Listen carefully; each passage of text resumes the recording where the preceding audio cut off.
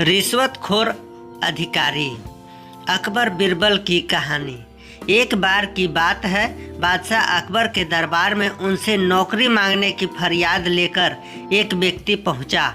उसकी कुछ देर बातें सुनने और बुद्धि की परीक्षा लेने के बाद बादशाह ने उसे चुंगी यानी टैक्स वसूलने वाला अधिकारी बना दिया। बिरबल भी उस दरबार में मौजूद थे। उन्होंने उसे कुछ देर ध्यान से देखने के बाद कहा कि बादशाह, यह व्यक्ति ज़्यादा ही चालाक लग रहा है। यह जल्द ही कुछ न कुछ बेईमानी जरूर करेगा। होते होते कुछ समय गुजरा और तब तक उस व्यक्ति ने टैक्स वसूलने का काम पूरी तरह संभाल लिया था। एक दिन बादशाह अकबर के पास एक दो व्यक्ति उस अधिकारी की शिकायत लेकर आए। शिकायतें मामूली थी, इसलिए उन पर ज़्यादा किसी ने ध्यान नहीं दिया। उसके बाद रिश्वत लेने और जनता को परेशान करने के आरोप भी उस अधिकारी पर लगने लगे।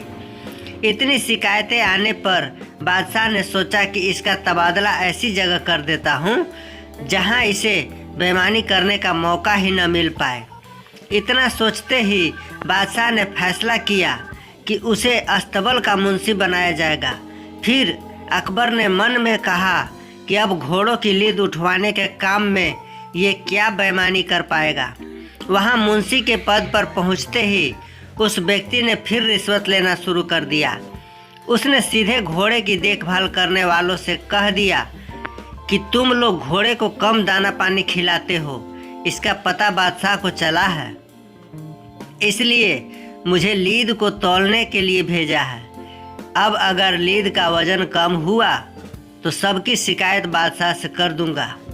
इस तरह से उस मुंशी से परेशान होकर हर घोड़े के हिसाब से उसे 10 रुपये लोगों ने देना शुरू कर दिया।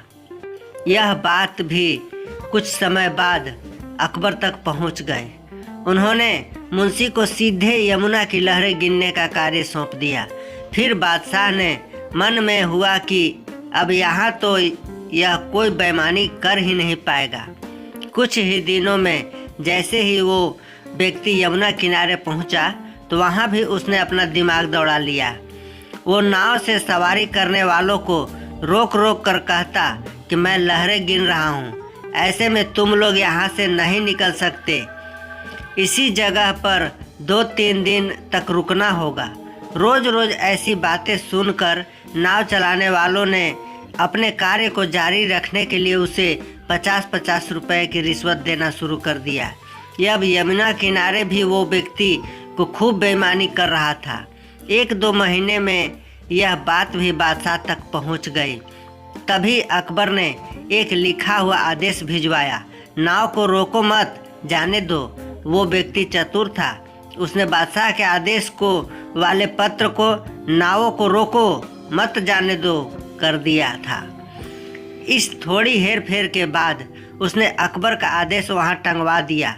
आखिर में उससे परेशान होकर बादशाह ने उसे नौकरी से निकाल दिया। तभी बादशाह को बिरबल की बात याद आ गई कि ये आदमी बेईमानी जरूर करेगा। तब उनके मन में हुआ कि मुझे उसे पहली गलती में ही कठोर दंड देना चाहिए था। कहानी से सीख, दुष्ट अपनी दुष्टता और बेईमान अपनी बेईमानी कहीं भी जाने पर नहीं छोड़ता है। दोस्तों, आशा है आपको ये अकबर बिरबल स्टोरी पसंद आई होगी। आप इसे लाइक कर सकते हैं और अपने फ्रेंड्स के साथ शेयर भी कर सकते हैं। मज़ेदार अकबर बिरबल स्टोरी पढ़ने के लिए हमें सब्सक्राइब ज़रूर कीजिए। धन्यवाद।